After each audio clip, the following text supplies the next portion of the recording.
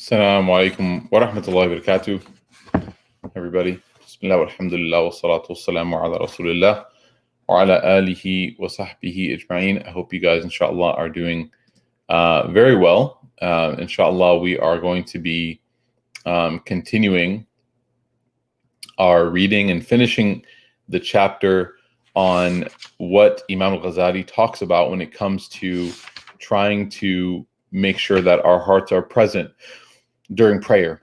And so last class on Tuesday, we talked about the example that Imam al-Ghazali gave, where he spoke about how there are some people that they were able to have such great concentration in their prayer, but he said that even some people who struggled, and he gave some example, he gave examples of, for example, the Prophet Muhammad sallallahu alaihi wasallam, having something on his hand, having a ring on his hand that distracted him during his khutbah, and he told his companions, nadratan ilayk wa nadratan ilay, like, I'm looking at you and looking at my ring. And so he actually faramahu, like he threw his ring away.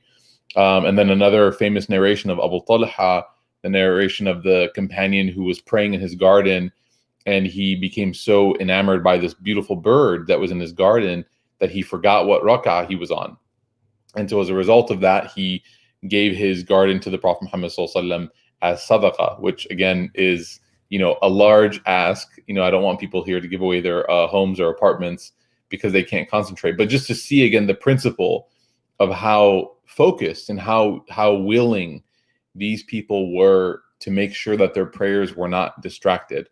And so one of the examples that Imam al-Ghazali gives is, he says, and he tries to paint like a nice picture with it, and we're going to finish this chapter today, is he says that mithluhu, that this example, or mithaluhu, sorry, the example is rajulun tahta ash-shajara, that there is a man who's sitting underneath a tree, and he's just somebody who is, and yasifu lahu fikruhu, that he's somebody who's like in his thoughts, he's thinking, وَكَانَتْ أَصْوَاتُ الْعَصَافِيرِ, that there are these birds that are making noises around him, to show wishu alayhi, that there's these birds that are just flying around him making noises. So what he does is, Imam Ghazali says that he takes a stick and he grabs it in his hand, this man, and he starts to swing it at the birds, so that the birds will leave him alone, and ya'udu ila fikrihi, like he can be returned back to his meditation, his thoughts. And then he says fata'ud al-asafir, and the birds come back. So after this man picks up a stick and starts flailing at the birds, they go away and he returns back to his thoughts. And then the birds come back. Okay? And so then what he does is he picks up the stick again and he starts doing this thing over and over again. So Imam Ghazali is giving us this image in our head, like almost imagine this scenario. There's a man or a woman, they're sitting underneath the tree, they're just kind of relaxing, they're just kind of thinking, and all of a sudden these birds start coming and and for us, you can think about a fly even, right? And so the guy grabs a stick, or the girl grabs a stick, and they try to scare the birds away. The birds go away momentarily. The person returns back to their thoughts and they're thinking and they're reflecting, and the birds come back. And so they do this exercise over and over again. فَقِيلَ لَهُ إِنَّ هَذَا سِيرٌ السَّوَانِي, that this is it's said to this person that this is like something, this is like the water wheel that keeps coming back. This is like a merry-go-round. Like you're doing this, but they're going to keep coming back. You're doing this, and they're going to keep coming back. وَلَا يَنْقَطِعُ فَإِنْ أَرَادَتْ الْخُلَاصَةِ, that the only way to get rid of these birds is to cut down. If you really, really want to get rid of these birds, you have to cut down the tree. Okay, so the birds are not going to stop. So if you really, really want to, فَقْلِعِ الشَّجَرَةِ, you have to cut down the tree. فَكَذَلِكَ, he says, شَجَرَةٌ الشَّهْوَةِ, and just like that tree are the desires of the human being. Okay, إِذَا أَسْتَلِعَتْ تَفَرَّعَتْ, that if a person has their desires in their soul, it will the tree will grow and its branches will also grow as well. تفرعت أغصانها. That its branches will grow as well. Okay. انجبذت إليها الأفكار والانجذاب العصافير إلى الشجرة. That those desires and those shahwat, they will pull your mindfulness away from, your ability to pay attention, just like the birds kept coming back and they were being so attracted to the tree. Okay. And so the image that Imam Ghazali is giving us basically is that when we're battling our thoughts during prayer, it's like this person who's battling these birds that keep coming back to the tree. The only way to get rid of the birds definitively, conclusively, without struggling ever again, is to get rid of the tree. And if you want to cut down the tree, that's a lot of hard work. Okay, that's a lot of hard work, he says. So he says that these things will keep coming back, and so you have to work on cutting down the tree. So then he says, how do you cut down the tree? How do you cut down this tree, the source of where these birds keep coming back, or these thoughts keep going?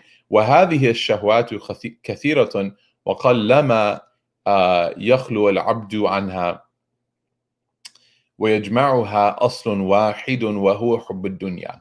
He says that everybody, there are so many different kinds of desires out there that people struggle with, and he says that it's very rare that a person, a servant of Allah, will not have them. Like he's basically saying, you try to find somebody in the world who doesn't have desires. Try to find somebody in the world who doesn't have, shahwa. Try to find somebody. He says it's so rare, you'll never find somebody. But he says, as rare as it is to not find somebody, and as diverse, as those desires are, وَيَجْمَعُهَا أَصْلٌ وَاحِدٌ, that they can all be sourced at the same source, which is what he says, وَهُوَ حُبُّ الدُّنْيَا, and that is the love of this world. He says, وَذَلِكَ رَأْسُ كُلِّ خَطِيئَةٍ, that it is the source of every bad deed, of every mistake that ever made, is love of this world, right? حُبُّ الدُّنْيَا, love of this world.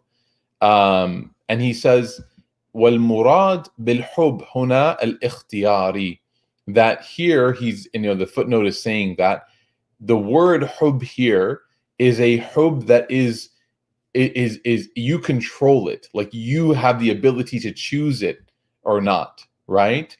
And so this idea of loving this world, it's not like we can't choose whether or not we want to love it. We choose to love it. We prefer it, right? We give, as Allah subhanahu wa ta'ala says, بل تؤثرون الحياة الدنيا, in the Quran, in Surah al-A'la, بل تؤثرون الحياة الدنيا والآخرة خير وأبقى, that you prefer the life of this world, even though you know the next life is better and everlasting. You still prefer this world for some reason. So he's saying that every problem we find ourselves in, every single scenario we find ourselves in, where we make mistakes, where we're being distracted in prayer, it's from some source of loving this world, choosing to love this world. He says, it has the same source, okay? وَأَسَاسُ كُلِّ نُقْصَانٍ, that every deficiency, it is the source, okay? وَمَنْبَعُ كُلِّ فَسَادٍ, that it is the source of every corruption, of every deficiency, of every mistake, of every, distraction, is the love of this world. And he says that whoever loves the dunya in their heart of hearts, like in their deep soul, whoever loves the dunya, eventually it's going to force them to lean that way. You can only hide what you really love for so long, right? You can't hide it. Okay, وَمَنْ انطوى باطنه على حب الدنيا حتى مال إلى شيء منها, that you can only, you can only hide your love. Like your love will lean you that way, okay? And you will eventually start to treat this dunya not as a place where you just seek provision for your journey, because this is the way that we should treat the dunya. The dunya is a place for us to seek provision for our journey. We're on a journey, and we just need enough provision to get us to our destination. That's how we should treat the dunya, right? لَا لِيَتَزَوَّدَ مِنْهَا وَيَسْتَعِينَ بِهَا عَلَى الْآخِرَةِ. That it's only a place that you should use as provision for your journey on things that will get us to the akhirah. Okay? فَلَا يَتْمَعُنَّ فِي أَن تَصَفْوَ لَهُ لَذَّةَ الْمُنَاجَاةِ فِي الصَّلَاةِ. That for that person who uses the dunya for more than just refilling on the path to Jannah, they have no hope. There's no hope for this person to ever taste and ever experience the sweetness of the conversations that you can have with Allah in your prayer. Okay? فَإِنَّ مَنْ فَرِحَ بِالدُّنْيَا لَا يَفْرَحُ بِاللَّهِ سُبْحَانَهُ وَبِمُنَاجَاتِهِ. That for a person who finds their pleasure in the dunya, their ultimate celebration and pleasure is in this dunya, then he says that it's not possible that they'll ever find it, that same level of joy with Allah, or even with having these conversations with Allah. So what Imam al-Ghazali here is saying is, he's saying, look, the reality is the reason why you struggle to pray is because you would rather not be praying. Okay, like ultimately the reason why you don't enjoy prayer is because you would rather not be praying, right? If you wanted to pray, then you would actually enjoy it. And if you wanted to pray, the reason why you want to pray is because you understand that prayer is more valuable to you than anything else in that moment. That it doesn't matter what shiny new thing you got, or what Amazon package is waiting for you at your door, or what, I don't know, you name some distraction that we all have. It doesn't matter, because that prayer in that moment is something that you want to do. Okay? وَهِمَّةُ الرَّجُلِ, he says, مَا قُرَّةِ عَيْنِهِ. Here we go. That the desire of a human being is always in the thing that makes them happy. Okay? What is the thing that makes you most happy? And that's where your desire is. فَإِنْ كَانَتْ قُرَّةُ عَيْنِهِ فِي الدُّنْيَا. If a person's happiest and most desired thing is in this world, in صَرِفَ لَا مَحَالَةٍ. That's where they're going to find themselves always turning to, without a doubt. It's inevitable. إِلَيْهَا هِمُّهُ. That is where their desires will be. وَلَكِنْ مَعَ هَذَا فَلَا يَنْبَغِي أَنْ يَتْرُكَ الْمُجَاهَدَةَ. That he says that even if this is the case, if you find yourself, like many people right now are saying, that's me, wow, this is so true. He's saying, مَعَ هَذَا, even with that, فَلَا يَنْبَغِي أَنْ يَتْرُكَ الْمُجَاهَدَةَ. Do not give up your hard work. Even if you struggle and you're constantly having to tell yourself, no, prayer now is better for me than this. Prayer is what I need to be doing. Like you're getting ready to go out. And this happens to me a lot, by the way. A lot. I'll tell you, I'll share with you the example. What happens to me a lot? Getting ready to go somewhere, and I anticipate being back before the time for prayer has ended. Okay, so dhuhr is from 1 till 5. Okay, or 1:30 to 6, whatever you want. And what happens? I'm leaving somewhere at 2, and I'm only going to be gone for 1 hour. So I say, you know what? Let me just go. I'll come back and I'll pray. Okay. Now, and this happened in the past couple of years. I started to actually force myself when I have that thought, like, hey, you know what? Like, when I come back, I'll pray. Okay. I started to force myself now to actually stop. I force myself now to actually stop, and I pray before I go. Even though I know and I fully intend to be home before the time for prayer. And I have found that when I do that, when I force myself, okay, even though my heart wants to go first, when I force myself, I find myself that, alhamdulillah, that this was the right way to do things. And my prayer in that moment was better. And I'm actually now living my life with the extra barakah of what? I made the right choice. I made the right decision. So this is something that we have to do. We have to choose it. وَلَكِنْ مَعَ هَذَا, even if your heart is not leaning naturally and your love is for other things, he says, even with that, he says, don't ever give up the hard work. وَرَدَّ الْقَلْبِ إِلَى الصَّلَاةِ, return the heart to prayer. Okay? Return the heart to prayer.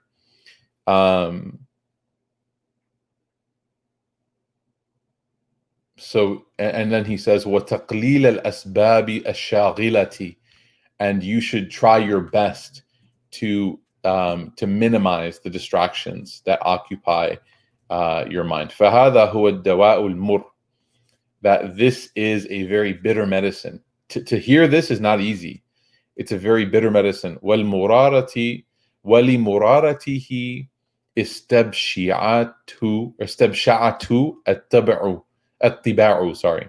So, and the bitterness will push a lot of people away. Like, people won't be able to take it, right? So, this bitterness won't be able. وَبَقِيَتِ الْعِلَّةُ مُزْمِنَةً, and if people aren't able to take the bitterness, this disease is just going to keep going and going and going. وَصَارَ الدَّاءُ عُضَالًا, that and actually the disease will be even harder to cure. To fix this disease will be even more difficult. حتى إن الأكابر اجتهدوا أن يصلوا ركعتين لا يحدثون أنفسهم فيها. That, he said the example, or this difficulty, is so great that even some of the greatest pious people in the history of Islam, they would set their goal that they wanted to pray even 2 raka'at, and in the 2 raka'at, they just wanted to accomplish 2 raka'at where their nafs didn't talk to them. Okay? لا يحدثون أنفسهم فيها بأمور الدنيا. Like, they didn't want to think about anything from the dunya, just for 2 raka'at. Okay? فَعَجَزُوا عَنْ ذَلِكَ. They were unable to do that. He's talking about like the greats. He's talking about like the great people. He's like, these great people were unable to do that. Right? So then what does he say? It says, فَإِذًا, so, right? لَا مُتْمَعَ فِيهَا لِأَمْثَالِنَا. Then there's no hope for us. There's no hope for us. And he's not trying to sound condescending. He's saying, don't beat yourself up. This is something that's going to happen to everybody. Okay? وَلَيْتَهُ سَلَّمَ لَنَا مِنَ الصَّلَاةِ شَطْرُهَا أَوْ ثُلُثُهَا. Okay? عَنَ الْوَسْوَاسِ. So he says, it would be a nice goal. It would be well done for our prayer if we were able to even take half or 1/3 without whispers, without the distractions. لِنَكُونَ مِمَّنْ خَلَتُوا عَمِلًا صَالِحًا وَآخِرَ سَيِّئًا. And this is, he's saying then we will be like the people that Allah Ta'ala mentions when he says that they don't give up. They at least try to do the good deeds, even if it mixes with some of their struggles. Okay? وَعَلَى جُمْلَةِ فَهِمَّةُ الدُّنْيَا وَهِمَّةُ الْآخِرَةِ فِي الْقَلْبِ مثل الماء الذي يصب في قدح مملوء بالخل.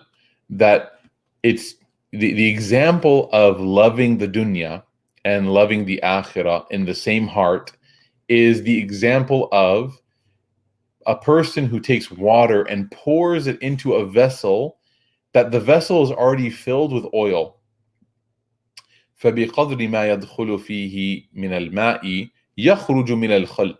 That only the amount of water that comes in will you see that amount of oil leave. La mahala. So if you're trying to replace something that's not desireless, if you're trying to replace something, one of the ways of purification is that you have to fill it with good in order to remove the bad. So here oil is representative of bad, right? So if you want to get the oil out of the vessel, just keep pouring water in it. But he says, لا يجتمعان, that they don't come together. They don't join together. So we all love the dunya, but if you want to love the dunya less, you have to love the akhirah more. and you have to learn about the akhirah more, and you have to yearn for Allah and the prophets and, you know, the beloved in Jannah more than you yearn for them here. Okay?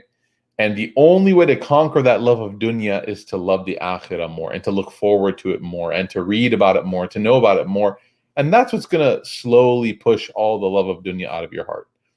And then when you love the akhirah more than you love the dunya, then all of a sudden all these acts of worship become a little bit easier to do. Okay, so this is the how do you fix your heart before salah? You remind yourself of the akhirah. And the love of dunya, which is the source of all the trouble that we have, will be suspended, will be cut. And the more you look forward to meeting Allah and to being with the Prophet ﷺ and to being in Jannah, where there's no COVID, right? Where there's no pain, there's no anxiety, there's no depression, there's no stress, there's no uncertainty. Jannah is just full of just relaxation and joy and pleasure and bliss. The more you think about that, the less your heart will be occupied thinking about the dunya. So we ask Allah subhanahu wa ta'ala to grant us tawfiq. And we ask Allah ta'ala to make our hearts so in love with the akhirah that the dunya to us is just a gas station. It's just, the dunya is just a 7-Eleven. We're just on our way. We're on a road trip and we're just using this place to fill up. That's it. Ameen ya Rabbil Alameen. Barakallahu feekum, everybody. Inshallah, we will be continuing with the next chapter next Tuesday, inshallah. Barakallahu feekum. Wassalamu alaikum wa rahmatullahi wa barakatuh.